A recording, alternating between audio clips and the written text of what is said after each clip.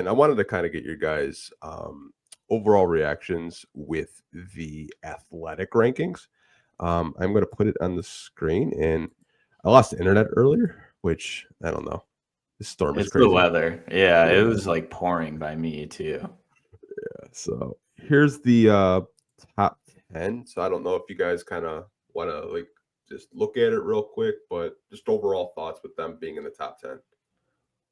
Yeah, I mean, I think it's pretty interesting. I mean, it kind of goes back a little bit to what you were talking about with getting some national notoriety. And I mean, I think it paints like a good picture of after this offseason we had where you're expecting to bring Malik Beasley back until the eve of free agency and like the craziest story in the world happens and he's not a part of the equation anymore. But like you still do a good job to the point where you're seen as like a team who should be a playoff team in the Eastern Conference. And I think that should be the case, even if there was a Tyrese Halliburton that was healthy in Indiana and Jason Tatum. But overall, like, I mean, to me, I feel like this is just like a after respective off-season rankings on like where teams should fall. So I feel like it's pretty spot on. And I think it's nice to see like the Pistons even leapt up a couple spots from the prior rankings. So overall, like I mean, I feel good about it. I think it is like I hope the just going back to expectations, I just hope there isn't a regression, but I don't think there is really a reason for there to be one, just mainly because of these young players and making moves in the front office that make this roster better. Like we saw what Malik Beasley, Tim Hardaway Jr., Dennis Schroeder did last year. Like the front office definitely took that into account. You don't bring back any of those guys, but you go out and get other players who can fill similar roles. And like Duncan Robinson is an elite shooter in his own right. And maybe he'll even look like a better player next to Cade Cunningham, which pretty much everyone does. So I feel good about it. I think top 10 is honestly like pretty crazy to see, but I think like when you look at the teams right behind them and even right in front of them, I think it's a pretty good spot. Let me just devil's advocate for a second. The Lakers with Luka and LeBron and Austin Reeves and all them, really behind the Pistons? Like I don't. Milwaukee, like I know they lost Dame, but that's a really good. And the Pistons haven't beaten them. They've struggled against Milwaukee because Giannis is a beast. And then Boston, like I'm just gonna keep saying it. Like I know they lost Tatum, I know they lost Porzingis and Drew Holiday, but like that team was who they were last year for a reason. Like they are a really, really good collective unit as a basketball team. So like that's 3, right? I just named off 3. So that could theoretically push the Pistons back down to 13. I mean, Dallas is another one you could make an argument for if they stay healthy. Kyrie, AD, and Cooper Flag. Same thing with San Antonio, Wemby, De'Aaron Fox, Dylan Harper too. Yeah, I don't know. I think top 10 is a bit much, but at the same time, being top 15 out of the entire league is really good. Really good. And you can count the number of Eastern Conference teams that would be ahead of them, right? Like it's probably New York, it's Cleveland.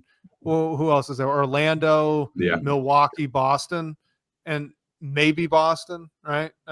There's still going to be up near the top. So I don't know. Like I do think this is a little high on the Pistons, which I love seeing out of national media. I like the hype. The hype is fun. At the same time, just to devil's advocate a little bit, like I don't know if it's the most accurate.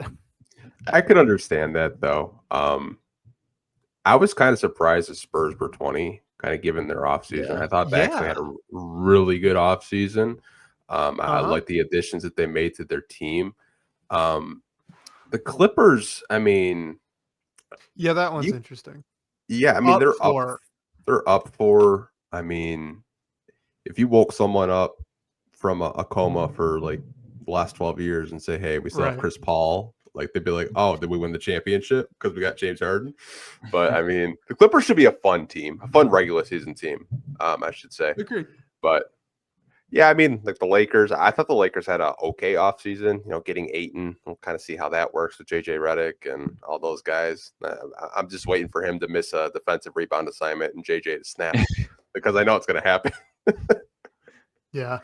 No, I'm with Mr. Ray in the comments. He said it better than I could. He said Pistons top 15 for sure, but top 10 might be a bit rich before the start of the season. That's kind of I think that's kind of where I'm at. Like they can move up. I'd probably have them 14 or 15th with the expectation that they do actually climb up as the season progresses, right? Because injuries are going to happen, teams are going to fall off, Pistons are going to get hot, whatever.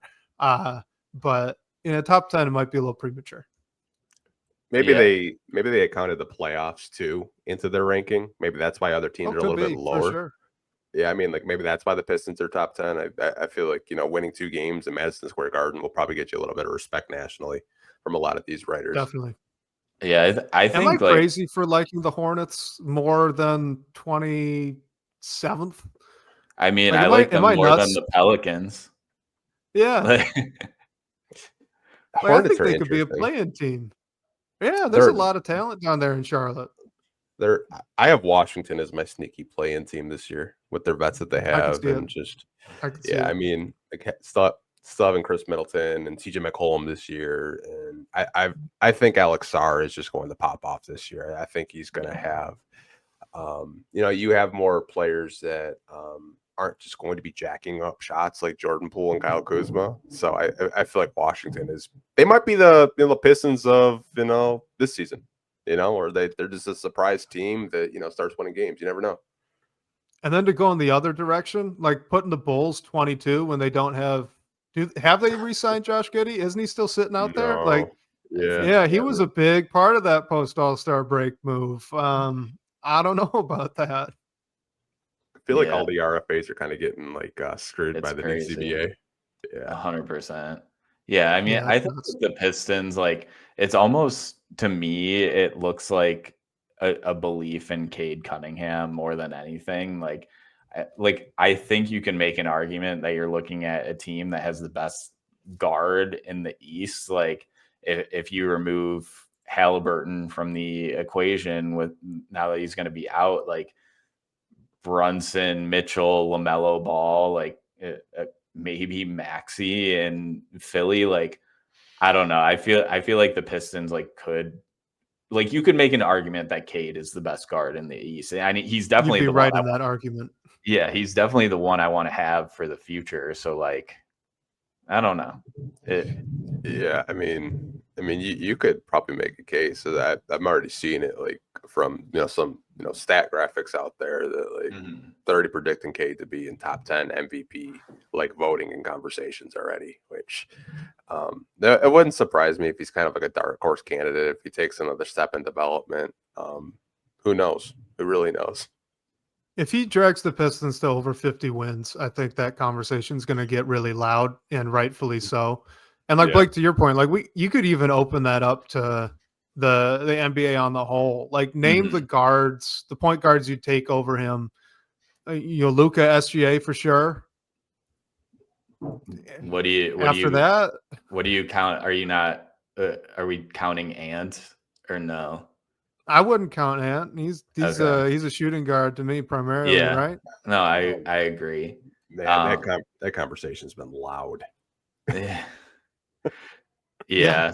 So no, I feel like last year or through this season, it was going into the playoffs, we were sort of talking about this conversation as Cade being one of the best guards in the East, and as it gets better and better, I mean, Shea is on another level right now, but I'm with you, Wes. I think you can open it up to the league at large at this point.